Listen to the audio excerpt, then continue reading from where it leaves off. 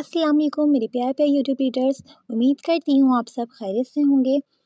Fictional novels by ہانا Khan میں آپ کو خوش آمدید۔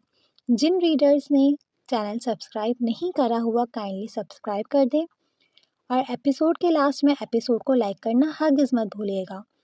ساتھ ساتھ اپنا فیوریٹ ڈائلاگ، سین یا کریکٹر کمنٹ باکس میں لازمی مینشن کریں۔ تو چلتے ہیں آج کے ایپیسوڈ کی جانب۔ اس سے پہلے جو لوگ ناول خود پڑھ رہے ہیں وہ چاہیں تو میری وائس میوٹ کر سکتے ہیں۔ طلبگار عشقم از قلم ہانا خان، قسط نمبر 14۔ علینا اس وقت نائٹ سوٹ میں بے ترتیب سی بیڈ پہ لیٹی اپنا موبائل فون میں گم تھی، جب برخنا بیگم بغیر اجازت لیے دھڑلے سے اس کے کمرے میں داخل ہوئیں، جس پر علینا نے ان کو دیکھ کر فوراً سیدھی ہو کے بیٹھی۔ برخنا بیگم تکبر اور غرور سے چلتی ہوئی سامنے پڑے 2 سیٹر صوفے پر ایک شان سے جا بیٹھیں۔ علینا نے کچھ حیرانگی سے ان کا یہ رویہ دیکھا، کیونکہ وہ جب سے یہاں غازیان کے ساتھ آئی تھی، برخنا بیگم کا رویہ اس کے ساتھ بہت اچھا تھا، لیکن اس وقت کی برخنا بیگم میں اور تب کی برخنا بیگم میں بہت فرق تھا۔ علینا کو خود کی طرف مسلسل دیکھتا پا کر برخنا بیگم کے ہونٹوں پر طنزیہ مسکراہٹ بکھری۔ ایسے کیا دیکھ رہی ہو لڑکی؟ مجھے تم سے کچھ ضروری بات کرنی ہے، اس لیے مجھے خود چل کر یہاں آنا پڑا، برخنا بیگم نے طنزیہ لہجے میں کہا، جس پر سامنے بیڈ پر بیٹھی علینا نے کچھ تعجب اور کچھ سوالیہ نظروں سے ان کی جانب دیکھا۔ تم میرے بیٹے غازیان کو پسند کرتی ہو؟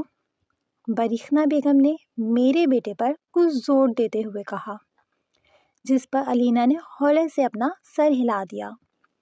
وہ جاننا چاہتی تھی برخنا بیگم کے یہاں آنے کا مقصد۔ علینا کے سر ہلانے پر برخنا بیگم کچھ پرسکون ہوئیں، پھر بولیں، اور غازیان پسند کرتا ہے تمہیں؟ اب کی بار علینا نے سر ہلانے کے بجائے بولنا زیادہ بہتر سمجھا۔ پتہ نہیں آنٹی، مگر شاید ہم اچھے دوست ہیں۔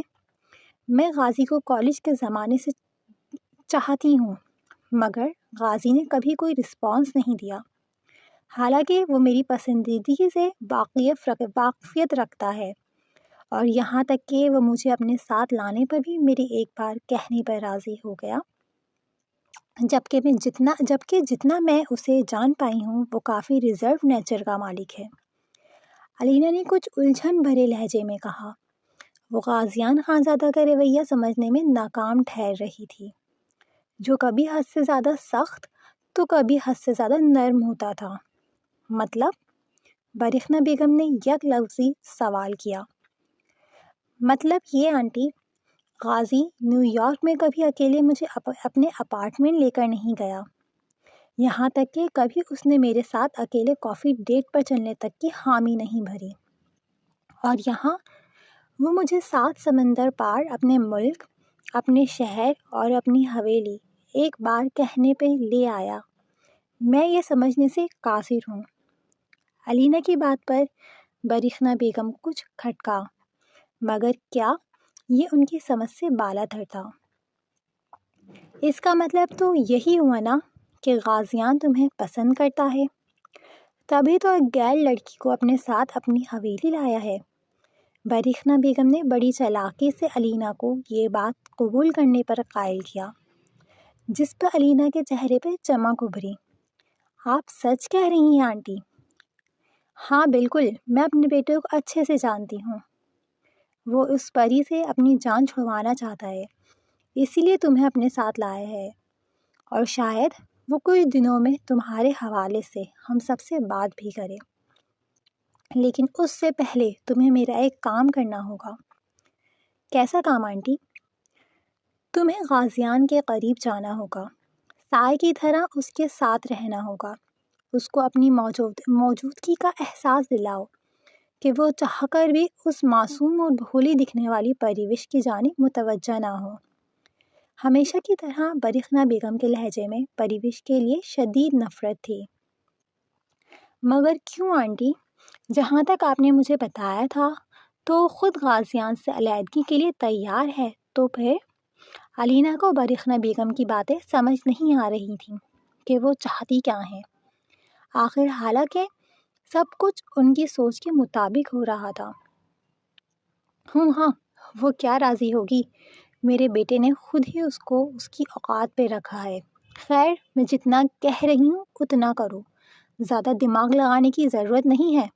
میرے بیٹے کو اپنی طرف متوجہ کرو، اور ہاں، کچھ روایتی کپڑے ضبطاً کرو۔ میں تمہارے ناپ کے کچھ روایتی کپڑے بھجواتی ہوں، مگر یاد رہے پریوش، ہارون کا سایہ بھی میرے بیٹے پر غلطی سے بھی نہ پڑے۔ اگر ایسا ہوا تو تم ابھی برخنا خانزادہ کو جانتی نہیں ہو۔ برخنا بیگم تنفر سے اپنی بات مکمل کرتی مغرورانہ چال چلتی کمرے کے داخلی دروازے کی جانب بڑھ گئیں، جبکہ پیچھے علینا نے پرسوچ نظروں سے ان کی جانب دیکھا۔ اسے یہ عورت بہت شاطر لگی تھی، جیسی دکھتی تھی ویسی تھی نہیں، لیکن اسے کیا، اسے تو صرف غازیان خانزادہ سے مطلب تھا۔ اب پھر وہ جیسے چاہے اسے ملے، کیا فرق پڑتا تھا؟ دوسری طرف کمرے سے باہر نکلتی برخنا بیگم کے چہرے پہ مکرو سی مسکراہٹ تھی۔ پشمینہ گل، تمہاری بیٹی کا نصیب بھی تمہاری طرح کالی سیاہی سے لکھوں گی میں۔ اچھی طرح جانتی ہوں تمہاری وہ معصوم سی دکھنے والی بیٹی میرے غازیان کے عشق میں بری طرح گرفتار ہے۔ یہ میرا وعدہ ہے، تمہاری بیٹی کو خون کے آنسو نہ رلایا تو میرا نام بھی برخنا خانم نہیں۔ ہاں ہاں ہاں ہاں۔ پریوش خانزادہ جو گارڈن میں موجود جھولے پر خاموشی سے بیٹھی شام کی ٹھنڈی اور پرسکون فضا کو آنکھیں بند کیے محسوس کر رہی تھی۔ اپنے چہرے پر پڑتی نظروں کی مسلسل تپش پر اس نے اپنی گہری نیلی آنکھیں کھول کر ادھر ادھر دیکھا، مگر کسی کو بھی اپنی جانب نہ دیکھتے پا کر کندھے اچکا کر پھر سے اپنی نیلی آنکھیں موند لیں۔ مگر پھر دوبارہ اسی احساس کے تحت اس نے بے اختیار اوپر کی جانب دیکھا، جہاں غازیان خانزادہ اپنے کمرے کے ٹیرس پہ کھڑا سگریٹ کے گہرے کش لیتا یک ٹک مسلسل اس پر اپنی سرخ ہوتی سد نظریں گاڑے ہوئے تھا۔ غازیان خانزادہ کو بغیر پلک جھپکائے ایک ٹک اپنی جانب دیکھتا پا کر پہلے تو پرویش کو کچھ حیرت ہوئی، اور پھر اس حیرانگی کی جگہ بیزاریت نے لے لی، اور اس نے فوراً سے اپنی نظریں غازیان کی جانب سے پھیر کر سامنے موجود سرخ گلاب کے پھولوں پر مرکوز کر لیں، جیسے ان سے زیادہ ضروری اس روئے زمین پر کچھ ہو ہی نہ۔ جبکہ دوسری طرف غازیان خانزادہ جو مسلسل پریوش اور زیان خانزادہ کی باتوں کو یاد کر کے جھنجھلاہٹ کا شکار تھا اور اپنا دھیان بٹانے کے لیے سگریٹ پینے ٹیرس پہ آیا تھا، سامنے نیچے گارڈن کا منظر دیکھ کر ٹھٹک کر رکا۔ اس کے دل نے گواہی دی کہ شاید ہی اس سے زیادہ کوئی حسین منظر اس روئے زمین پر دوسرا ہوگا۔ سامنے ہی پریوش سرخ رنگ کے چوڑی دار پاجامے اور فراک میں ملبوس اپنے سلکی بالوں کو ڈھیلے سے بن کی صورت باندھے آنکھیں مودے دنیا مافیا سے بیگانہ ہو کر جھولا جھول رہی تھی۔ گارڈن میں موجود سرخ گلابوں کے بیچ وہ خود بھی ایک سرخ نازک سا گلاب ہی معلوم ہو رہی تھی، جبکہ اس کے لب مسلسل ہل رہے تھے، جیسے وہ کچھ گا رہی تھی یا پھر شاید کچھ پڑھ رہی تھی۔ غازیان اس کے ہونٹوں کی جنبیں سمجھنے سے قاصر تھا۔ غازیان نے خاموشی سے سگریٹ جلا کر ہونٹوں میں دبائی اور اپنی نظروں کا مرکز اس نازک نرم ملائم وجود کو بنایا۔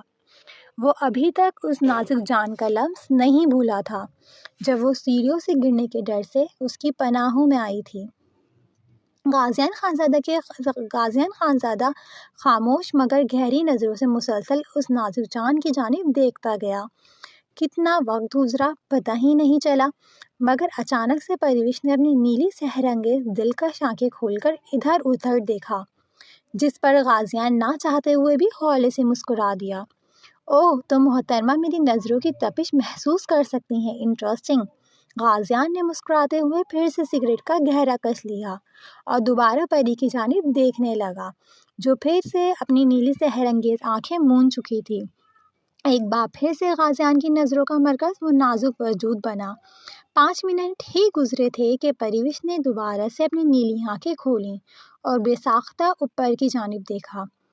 پری کو اپنی جانب حیرانگی سے دیکھتا پا کر غازیان خانزادہ نے بھی پوری ڈٹائی دکھاتے ہوئے اس کو گھورنا اپنا حق سمجھا۔ تھوڑی ہی دیر میں پریوش کے چہرے پر حیرانگی کی جگہ بیزاریت نے لے لی اور اس نے بیزاریت سے اپنا رخ پھیرتے غازیان خانزادہ کے تن بدن میں شعلے دہکا دیے۔ اس کا نگاہیں پھیرنا غازیان کو جلا کر راکھ کر گیا تھا اور اس پر سونے پہ سہاگا، اس کا سرخ گلابوں پر اپنی نیلی آنکھیں ٹکانا اس وقت غازیان کو زہر سے بھی زیادہ برا لگا۔ اس کا بس نہ چلا ان پھولوں کو ہی جلا کر راکھ کر دے۔ ہوش تو اس کو تب آیا جب سگریٹ کے شعلوں نے اس کی انگلیوں کو چھوا۔ I will kill you Parivash Ghaziyan Khanzada, just wait and watch my sweet clever kitten. Ghaziyan نے مسکراتے ہوئے ایک نظر پریوش کو دیکھا اور ایک طنزیہ نظر سرخ گلاب کے پھولوں پر ڈالی جس سے اسے شدید رقابت محسوس ہوئی تھی۔ پھر سگریٹ اپنے جوتوں کے نیچے مسلتا ہوا اندر کمرے کی جانب بڑھ گیا، کیونکہ جس نازک وجود کی وجہ سے وہ پچھلے آدھے گھنٹے سے یہاں کھڑا تھا وہ وجود خود بھی وہاں سے جا چکا تھا۔ آئلہ بخش، جو بہت مشکل سے اپنے بابا کو اپنے ٹھیک ہونے کی یقین دہانی کروانے کے بعد اس وقت ایئرپورٹ پر موجود تھی، سامنے سے آنے والی ہستی کو دیکھ کر اپنے پاؤں اور ہاتھ کی چوٹ کی پرواہ کیے بغیر تیزی سے بھاگتی ہوئی جا کر اس کے گلے لگی۔ سامنے موجود ہستی کوئی اور نہیں بلکہ سارا تھی، آئلہ کی بیسٹ فرینڈ، اس کے برے وقت کی ساتھی۔ او سارا، میں نے تمہیں کتنا مس کیا، میں تمہیں بتا نہیں سکتی میں کتنی اکیلی ہو گئی تھی تمہارے بغیر، آئلہ نے کچھ نم اور کچھ خوشی بھرے لہجے میں کہا۔ آئلہ کی نم آواز محسوس کر کے سارا نے اس کو مضبوطی سے خود میں بیچا۔ کیسی ہو میری جان؟ اور یہ چوٹیں کیسے لگیں؟ سارا کے پرجوش انداز میں پوچھنے پر آئلہ نم سی آواز میں کھلکھلا کر ہنس دی۔ میں بالکل ٹھیک ہوں سویٹ ہارٹ، اور یہ چوٹیں ایک چھوٹا سا ایکسیڈنٹ ہو گیا تھا مگر اب میں بالکل ٹھیک ہوں، آئلہ نے سارا کا گال چومتے ہوئے کہا، جس پر اس نے آئلہ کی نم آنکھیں صاف کر کے اس کا ماتھا چوما، جس پر ایک بار پھر آئلہ کی ہنسی کی جترنگ آس پاس گونجی۔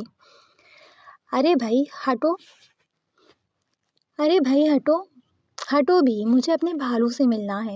آئلہ نے سارا کو خود کے ساتھ لاڈ کرتے دیکھ اس کو شرارت سے ہٹا کر اس کے بیٹے شامیر کو گود میں اٹھا کر چٹا چٹ چومنا شروع کر دیا، جس کے باعث اب 2 سالہ شامیر کی کلکاریاں اب ایئرپورٹ کے باہر گونج رہی تھیں، جس پر سارا بھی ہولے سے مسکرا دی۔ اب چلیں یا تم دونوں خالہ بھانجے کا پیار دیکھ کر میں مزید جالس ہوں؟ سارا نے ناک چڑھا کر دونوں کو گھورا۔ ایسا ہمیشہ ہی ہوتا تھا کہ سارا پہ جان چھڑکنے والی اس کی بیسٹ فرینڈ آئلہ شامیر کے آگے ہمیشہ اسے بھول جاتی تھی۔ سارا کے جلس انداز پر جہاں آئلہ کی ہنسی ایک بار پھر گونجی، اس کو دیکھا دیکھی شامیر کی بھی کلکاریاں پھر سے گونجی۔ اچھا بس کرو تم دونوں، نظر لگوانی ہے کیا؟ سارا نے دونوں کو پھر سے ہنستے دیکھ ٹوکا اور پھر نظر کی دعا پڑھ کر دونوں پر پھونکی۔ سارا کے دادیوں والے انداز پر آئلہ نے تعصب سے اپنا سر جھٹکا اور شامیر کو تھامے اپنے قدم اپنی کار کی جانب بڑھائے، جس پر سارا نے بھی اس کے قدموں کی تقلید کی اور دونوں نے مل کر سارا سامان کار میں رکھا۔ اس وقت سارا آئلہ کے خوبصورت اپارٹمنٹ میں موجود تھی۔ سارا کی شادی کے بعد آہستہ آہستہ اس کی موم ڈیڈ اور بھائی بھی لندن شفٹ ہو گئے تھے۔ اس وقت وہ پاکستان صرف اور صرف آئلہ کی وجہ سے آئی تھی، اور اس وقت وہ لوگ کھانا کھا کر لاؤنج کے صوفوں پر بیٹھے کافی کے گھونٹ بھر رہے تھے، جبکہ بخش صاحب کچھ دیر پہلے ہی دونوں دوستوں کو پرائیویسی دینے کے لیے میڈیسنز اور نیند کا بہانہ کر کے اپنے روم میں سونے چلے گئے تو شامیر بھی تھک ہار کر سو چکا تھا۔ شامیر ماشاءاللہ سے کتنا پیارا ہو گیا ہے نا؟ آئلہ نے اشتیاق سے سارا سے پوچھا۔ جبکہ اس کے لہجے میں شامل کے لیے بے تحاشا پیار تھا۔ آئلہ کے بچوں جیسے لہجے پر سامنے بیٹھی سارا مسکرا دی، پھر کچھ سنجیدہ ہو کر گویا ہوئی۔ آئلہ، تم کب شادی کر رہی ہو؟ اپنی ماضی سے نکل آؤ، زندگی بہت خوبصورت ہے، کب تک اس دھوکے باز کی بے وفائی کی خاطر خود کو برباد کرو گی؟ اب تو 3 سال گزر چکے ہیں، انکل کے بارے میں سوچو، وہ تمہاری شادی کرنا چاہتے ہیں مگر تمہارے ہر بار کے انکار پر خاموش ہو جاتے ہیں۔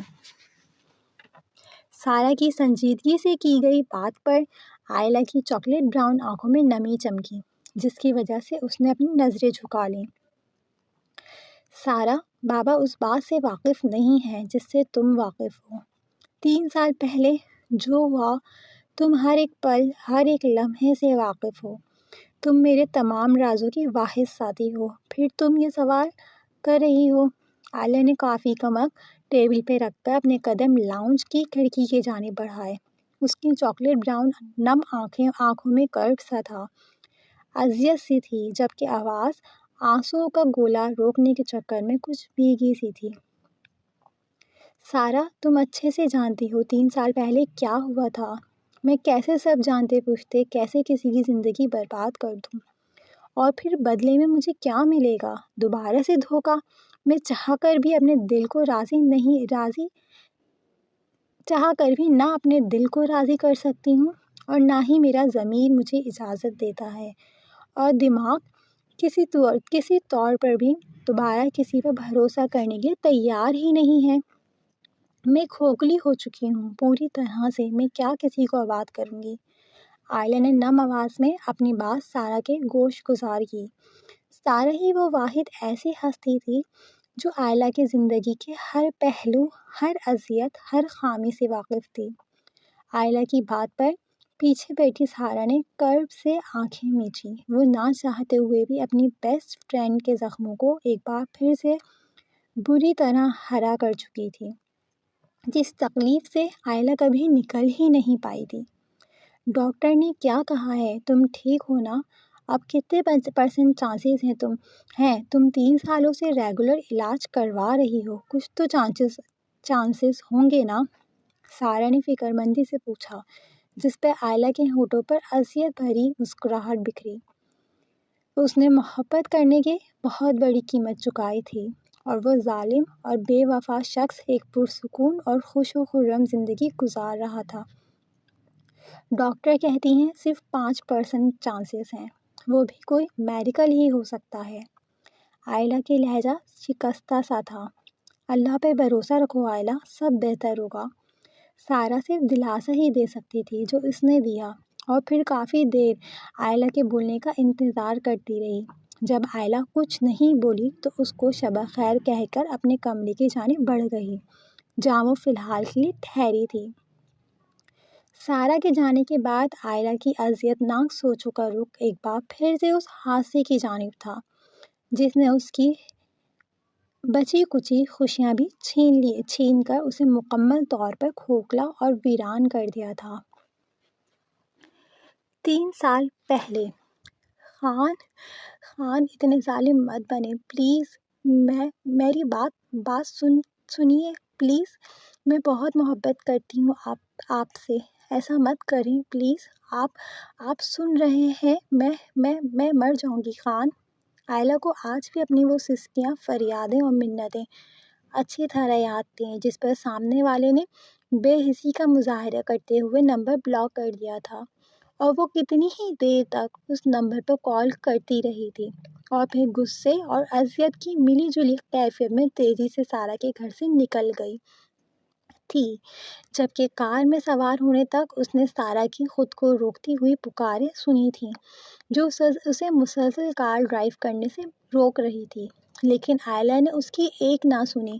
اس وقت وہ اکیلے بیٹھ کر اپنی ناکام محبت کا ماتم منانا چاہتی تھی، لیکن قسمت نے اسے ماتم منانے تک کا بھی وقت نہیں دیا، اور مین روڈ پر آتے ہی جوں ہی آئلہ کی آنکھوں میں آنسو ابھرے اور سامنے کا منظر کچھ دھندلا ہوا کہ سامنے سے آتے ٹرک نے اسے زوردار طریقے سے ہٹ کیا، اور پھر اسے کچھ یاد نہیں کہ آس پاس کیا ہوا، بس اس نے کئی بار اپنی کار کو کلابازی کھاتے محسوس کیا، پھر الگ الگ لوگوں کی چیخ و پکار اور کانوں میں گونجتے اس بے وفا کے آخری الفاظ، ہاں میں شادی کر رہا ہوں، دوبارہ مجھ سے رابطہ مت کرنا۔